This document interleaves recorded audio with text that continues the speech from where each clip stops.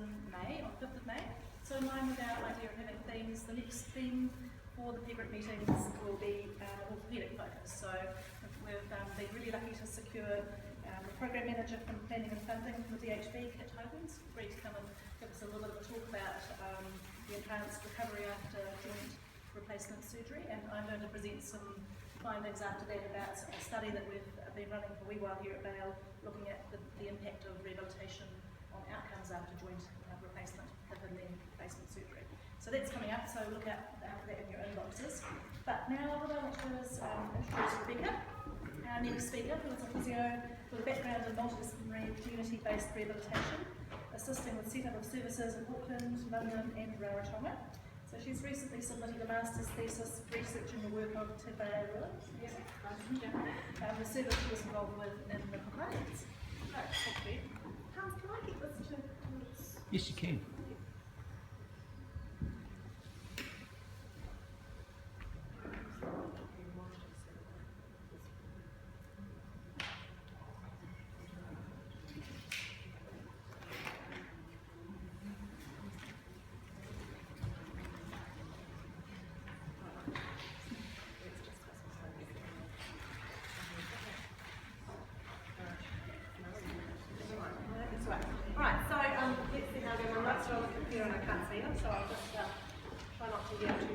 I just want to, in complete juxtaposition to Ali, who's described a really nice project and the way that it works and the way that it's supposed to work, I thought instead of giving you some of the findings of my research, I'd talk about the journey and some of the challenges and difficulties that PAR presents. I don't want to be negative necessarily about PAR, but since this is a peer group, I thought I'd use the opportunity to discuss some of those kind of peer issues rather than some of the findings. So I just want to give you a wee bit of a background about why I ended up working with Divided and Cook Islands for my masters, which I would highly recommend, some of the process and some of the implications from that. So for those of you who might not be aware, the Cook Islands are a group of 15 islands spread over a piece of ocean about the size of India, and they're a protectorate of New Zealand, which means all the Cook Islanders are New Zealand citizens and have special privileges by being New Zealanders, really, by being able to access health and education in New Zealand if they need to. So the Cook Islands, particularly out of Rarotonga, there's 15,000 Cook Islanders, in Cook Islands, there's a lot more everywhere else, but of that 70% live in Rarotonga. So the other islands mostly have a subsistence economy that we don't tend to see if we go and stay on the beach. The average wage is about 15,000. And as you can imagine, there's lots of islands that have their primary and tertiary healthcare in Rarotonga, their primary and secondary healthcare in Rarotonga and their tertiary healthcare in Auckland. About 40% of the health budget of 1.5 million is spent on transporting patients into Rarotonga or on. So if they can have some local services, that actually makes a really big difference in terms of their economy. This you probably can't read, but that's okay. I'd like to talk a little bit about CBR, which is community-based rehabilitation. And the reason I want to talk about this is kind of the WHO standard model really now of what development projects should be like. It started in the 1970s looking at healthcare for people with disabilities in isolated communities, and now it's much more a multidisciplinary look at how to get people's participation in life roles, so that kind of social model of disability, to access people who aren't in main centres. So it's an emancipatory thing that most aid projects now ideally run like that. So what it is, it's meant to be a locally based and run service for small and isolated communities. It's led by people with disabilities, their families, or the DPOs, the disabled person organisations in their community. And ideally, like PAR, it should be set up with the locals identifying the issue and coming up with the solutions to be able to do that. These points that generally what happens in terms of what the literature tells us is they have experts that come in and teach them stuff, which can be a good thing and has its difficulties with that as well. The projects might have external facilitators that come in and provide structure to the project, particularly if it's externally funded by an aid organisation. And what it really requires is the locals to participate. So for them to have the time, the energy, the focus and the motivation to keep the project going. So for people who are in a subsistence lifestyle, who have disabled people and their family, having time and energy to do additional tasks is often an issue, according to literature. So the group that I was working with was called Tuvaila Rehab Service. They were a service that got set up in 2006, and what they wanted to do, they identified that there wasn't any aftercare for people who'd had strokes. You had a stroke, you got medically well, you were sent home, and that's all there was. So they wanted to provide something for that group of people, but for all the people in the Cook Islands who had a need. And I was there in 2009 and 10 as the only physio, well, the only therapist in their multidisciplinary team. So it was really set up in a CBR kind of framework, although WHO didn't introduce CBR as a policy or a strategy into the Pacific till 2011. So they didn't have the framework that they could set up within. They kind of did things as they went along, and it looks like a CBR project should do. And then it was set up by the locals. It was run by locals. At the time it was kind of 50-50 mix of Māori and expats, and they had a lot of local fundraising. They fundraised within their families and the communities, and then they got some project support from NZ8. So while I was there, I had a great time and felt like I'd done some things, but some things didn't work the way that I expected them to. And I was wondering, most of the time I was there, really, does this look like what I want it to look like? Or is it just me coming in and doing what I can do? And really, if I asked them, would that be rehabilitation? Would what I'm doing or trying to do be what they actually want me to do? So that was kind of the question I had clinically when I left. And I was thinking, well, maybe I could do a master's thesis in this, about what their meanings and values are. So the kind of really, they were phenomenology kind of questions. I wanted to look at meanings and values and some of those things. And it ended up being a bit of a process to get to calling it a PAR project. And the reason that we ended up choosing this particular format was because it was a project in a local group. I wanted to do something that was meaningful for them rather than going and just asking them questions about what they thought. PAR's got quite good ability, as Ali's been talking about, to build some capacity in the participants, to give them some skills to either carry on with the service that they're doing or do some extra research. Specifically, in terms of doing an academic study, the literature suggests it's quite safe as a methodology for cross-cultural settings. So I'm not coming in and imposing a kind of a Western framework of research on them, because the participants own the process. That makes it much safer for them and for me in terms of the research process. And although I didn't think about it at the time, the framework is really similar to CBR. You know, it's got the same kind of participation and local control. The challenge is when you read the literature, and particularly looking at academic or thesis kind of studies, because it's obviously different if you're doing it in a work environment, is the outcomes are quite fuzzy and there's no set way of writing up your thesis. To get an ethical or any other approvals before you start the process is quite tricky, because the research question formulation is part of that emergent part of the process. So to get a pre-approval for something you haven't quite decided what you're going to do yet can be a bit of a challenge. As I went along, I discovered that the data collection and the research process is very time consuming, and I was fortunate really in retrospect to be doing it part-time, which gave me a longer time frame to get the participants to be involved with. And also, it comes out in the literature a lot, there's a lot of loss of researcher control. So I had this thing I wanted to do for my masters, and actually it was their study. So that kind of tension came on me to look at.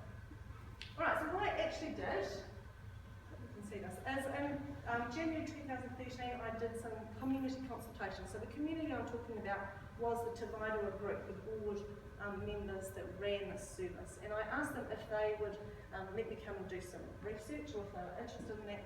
And that's all they said they would. They'd be happy to do that. They're happy to be the participants. They were keen on me coming over and doing the research, but also coming and doing some physio while I was there. And they said, actually, we've got some funding for a physio to start, so come right now, which I couldn't quite do. And the physio that was due to start was starting in September. So they said, you know, if you could come and overlap and show them the ropes, that would be really useful. So I ended up going over from kind of August till October 2013. And the first thing I did when I got there was go to the beach. But the second thing I did when I got there was I went to one of their board meetings and had a kind of a, here I am, this is what you've said you're going to do, what do you want it to look like? And that board meeting, they came up with some research questions, which was really exciting. One of them was, what is the ideal rehab service, and to identify the gaps in the service. They wanted to identify their core values and service and the key things that were important to them. And fantastically, they also had a strategic plan that they had to put together for their funders for the next 5 years. And they thought that those two things, doing them together, would be really valuable for them. So I was stoked because this looked like it was actually going to work. From there, from that meeting, we had an initial get-together meeting. So I had 5 people off the board that were willing to be participants. We had a really interesting, useful meeting.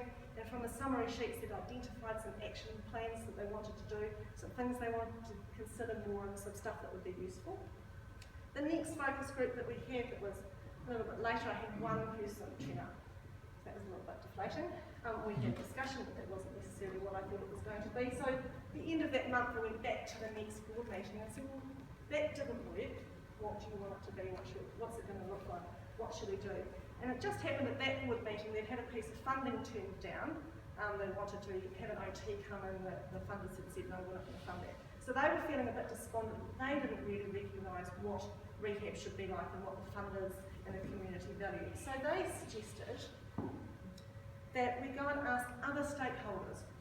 They identified who these people would be, and maybe we should get their viewpoints of what rehabilitation should be like in the components. So those people were the community groups, so just find a group of people and ask them what they thought. The therapists, because at that stage there was me, there was the OT that they wanted to employ, they had a family support volunteer person and a guy who looked after the equipment, who had a disability. The board members were happy to be interviewed for their point of view. They suggested that we got some case studies and that the therapists talked with their patients about what their views were, and that we also looked at the funders and what their impressions were and brought those things back together as shared concepts that we had looked at. Of those things, the bottom two didn't happen. It's not a whole story in itself. So the process then turned into this. We had this kind of lovely, looks like it does in a textbook, action cycle with people involved process that stopped. We then got some other people to kind of join in, which is fine with how you can kind of gather participants as kind of emerges organically from the process to bring those shared concepts back together. And they did actually come up with some themes. So it was useful, but it really didn't look anything like I expected it to look at the beginning. It took a lot longer because there was lots of things that kind of happened in the interim. And the action that they particularly wanted to do, which was their strategic action plan, they ended up, we couldn't do it as a participant group because our participants kind of came and went and changed a lot. And the board decided that one board member would write that by herself. So she was going to do that action. So although it happened kind of beside the research, it may have been influenced, the action that we kind of expected didn't happen. So just to show you something interesting did come out of it, the agreed things that they came up with were that the people were the most important thing. That was kind of the overall thing, that in terms of rehabilitation, the people are the most important thing. And under that there was kind of 3 things that were important. That rehab had to be available, it had to have heart, and rehab gives hope. So I just kind of want to touch a little bit on those first 2 and some of the things that came out of it. So in terms of people being the most important thing, this I think would have been really, really useful for me to know, well firstly clinically in 2009, but actually at the beginning of the research process, if I'd understood this as the concept. Because they didn't really care what the rehabilitation looked like. This board group of the people that ran the rehab service, they didn't actually care what the rehab was like. They expected the expert person to come and say what it was like. What they cared about was the people in their community were getting what they needed. So if I said that was speech lessons and singing, then that's what they would have provided. If I'd said it was whatever. So they kind of didn't care what the rehab was. So asking them what their meanings were wasn't a very good place to start. And they weren't actually that engaged with the research because they didn't think they knew anything about rehabilitation. So people were the most important thing. So for them, what was important with the rehab was there. Because the Cook Islanders could access tertiary support and rehabilitation in Auckland, they had, unlike other Pacific Islands, they actually did have some access to rehabilitation. But it was really important for them that it was locally based in the Cook Islands. And to be able to be local, it also had to be visible and it had to be practical. And interestingly, it's something I kind of hadn't really thought about before. Why they wanted it to be local wasn't so that there was a nice, acute flow from the acute service into the rehab and into the community, and all those kind of things that we consider ourselves to be really good at. What they wanted to do was to support the families. So they particularly were thinking about stroke because that was the experience really that they had. And they wanted to support the families in this kind of crisis moment, that there was something available, that didn't have to leave the island, or this wasn't the end of their life, there was going to be something. So again, it didn't matter what it was, but there had to be something. And the reason they wanted to support the families was not only to give them that hope that there was going to be some change, but they actually didn't want them to leave the country. What they reported on and they said was that the patient will leave and they'll either get supported by extended family in Auckland and leave their immediate family and those supports in the components, but what more often happened was the whole family would go to New Zealand, do the rehab process and then actually not come back. So they saw that the lack of rehab services in the Highlands not only was clinically difficult, well they didn't notice that it was clinically difficult, but they didn't want it for a clinical reason. Really they wanted it to stop the cultural and economic loss of families leaving the island. And that was one of their main motivations for rehabilitation. Quite different to those years. But anyway, to be able to do that, they were really interested in it being practical. So for families and the community to see that we were doing something, they had to see that we were doing something. So if I'd gone in quietly and done some physio and it hadn't looked like or made any outward change, that wasn't nearly as valuable as giving them something. If I could give them a toilet seat or a wheelchair or a walker, they did see me driving down the road on my scooter with whatever it was on the back of it, so it was reasonably visible. But it was giving them something that was useful, and they could see that that practical thing would actually make a difference for who they were. And the families would be aware that there was something that was going to happen. The other main theme alongside that was that rehabilitation had to have heart. And it's a really relational thing. Because they didn't really care about the service, it was much more important for it to be the right person than for them to have the right skills. So that therapeutic relationship that Nicola was talking about last time, that's the really important thing for them. And it wasn't just the therapist, it was then the therapist had to have that therapeutic relationship with the family, and that was really important. The therapist had to be kind of embedded in the community, so they had to be doing something that showed that they were investing themselves in the community, not just the therapeutic relationship. But also, interestingly, there had to be some relationship between the whole service and the community. So short-term aid-funded projects that kind of came in and out, didn't form that relationship with the community, had a really low buy-in, and that wasn't valued as much as a service that was there, it was based there, and it was going to stay for a long time. So just reflecting on the participation, and some of the things that I think probably made this a bit of a challenge, is the local experience of outsiders coming in and doing research and their understanding of what the process is with PAR is quite, I think, reasonably traditional. So they expected that a researcher would come in, do a piece of research, do all the work, and leave again. And that was kind of the mindset. And even the Research Council thought that I was asking participants to do too much. And they said, why isn't the researcher doing these things? So the kind of the mindset they had about it was not really aligned with what I was trying to do. I think their motivation for research I didn't kind of have a good handle on. Maybe I didn't ignore it. What they wanted was the physio to tune up. So I could have asked them to do anything and they would have said yes because they wanted the physio to tune up. Mostly that was so they had a physio, but it was also so they had the funding, which wouldn't start until there was a physio. They also did want to have some research to show that their service was a service that was valid and useful in terms of getting ongoing funding. But they didn't have any really personal investment in the PAR process or being involved in what they had come up with these questions to be.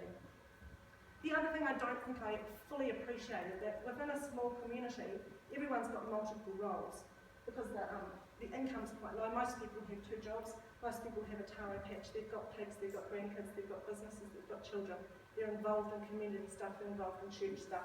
So to kind of grab them out of this for something they're not personally terribly invested in was never actually going to be that successful.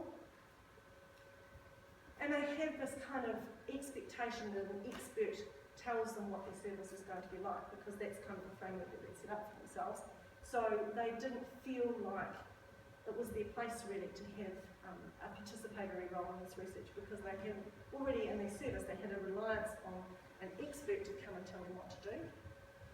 And as with any other committee, there was 1 or 2 people that did most of the stuff, and a whole group of the committee that didn't do very much, and that was kind of exactly what happened in the research. All the people who said, yes, yes, we'll do that, that's lovely, are the people who would normally say in the committee, yes, yes, we do that, that's a great idea, and then those two people will be the ones that do the action. So with that kind of participant group, to expect them to be fully engaged, I think is pushing it uphill, frankly. All right, so in terms of the clinical things that I can take away from what I did, was just taking that time to create relationships makes a massive difference what you can achieve. And I think Nicola was talking about that with the therapy of relationships too, that taking time to establish relationship and doing some of those things are really important.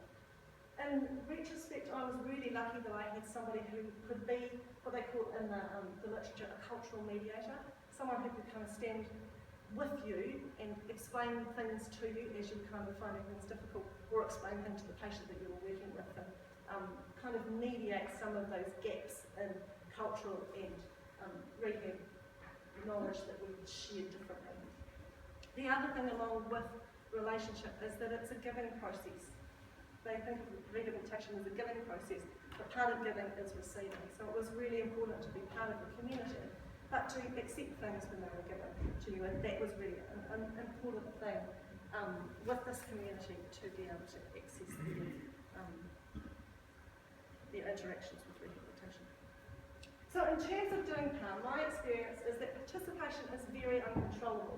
It is kind of, as Ellie said, it's the basis really of the PAR group, and you can't do it unless you've got participation, but actually you have no control about whether it happens or not. So it was useful to me to consider myself as a participant, and what I was doing was useful. So if I was there to do the research, actually the bit that was useful for them was doing the physio, not necessarily the research. And that's actually a valid part of the PAR, because it is a process of something that I can add. So I think PAR needs to get some thought and consideration to be able to be useful. Ellie's shown a way that it's really useful to add to our understandings, but you need to kind of, I think, be a little bit honest with yourself about what your expectations are and how well people are actually going to be able to engage with that. So thank you very much. I'd also like to acknowledge the RTRU for supporting me to do this, and my supervisors, Dr. Fee Graham, Dr. William Lebeck and Dr. Nadia Harry. Thank you very much.